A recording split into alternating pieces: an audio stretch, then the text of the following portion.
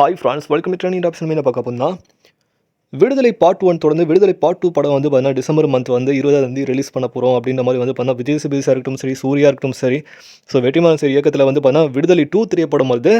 So அந்த 2 சொன்னாலே நமக்கு என்ன ஞாபகம் வந்து வடச்சென்னை 2 எப்படா எடுப்பீங்க அப்படின்ற மாதிரி எனக்கு கொஞ்சம் மன வருத்தமாக இருக்குது. ஏன்னா விடுதலை திரைப்படம் நல்லாயிருக்கும். ஸோ அதோட பார்ட் 2 சீரிஸ் ஓகே, அது வந்து சூப்பராக இருக்குது, அது வந்து மக்கள் லைக் பண்ணுவாங்க. ஆனால் வடச்சென்னை 2 வந்து பார்த்தீங்கன்னா பயங்கர எதிர்பார்ப்பில் வந்து மக்கள் எதிர்பார்ப்பில் வந்து பார்த்தீங்கன்னா தனுஷ்னா திரைப்படத்தில் அதிகமாக எதிர்பார்த்த திரைப்படமே அன்போடு எழுச்சி தான்.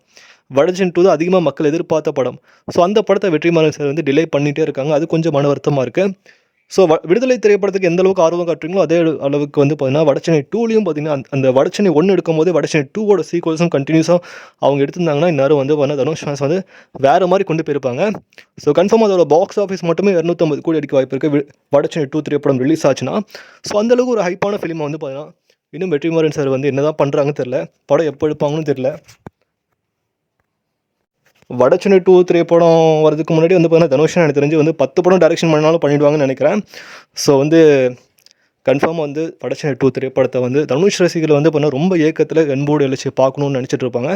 ஸோ அந்த படம் கன்ஃபார்ம் வரணும். ஸோ இதை பற்றி உங்களுக்கு வந்து கீழே கமெண்ட் பண்ணுங்கள். மேலும் நம்ம சேனல் லைக் பண்ணுங்கள், ஷேர் பண்ணுங்கள், சப்ஸ்கிரைப் பண்ணுங்கள், மறக்காம பெல் ஐகானை கிளிக் பண்ணுங்கள். மகிழ்ச்சி.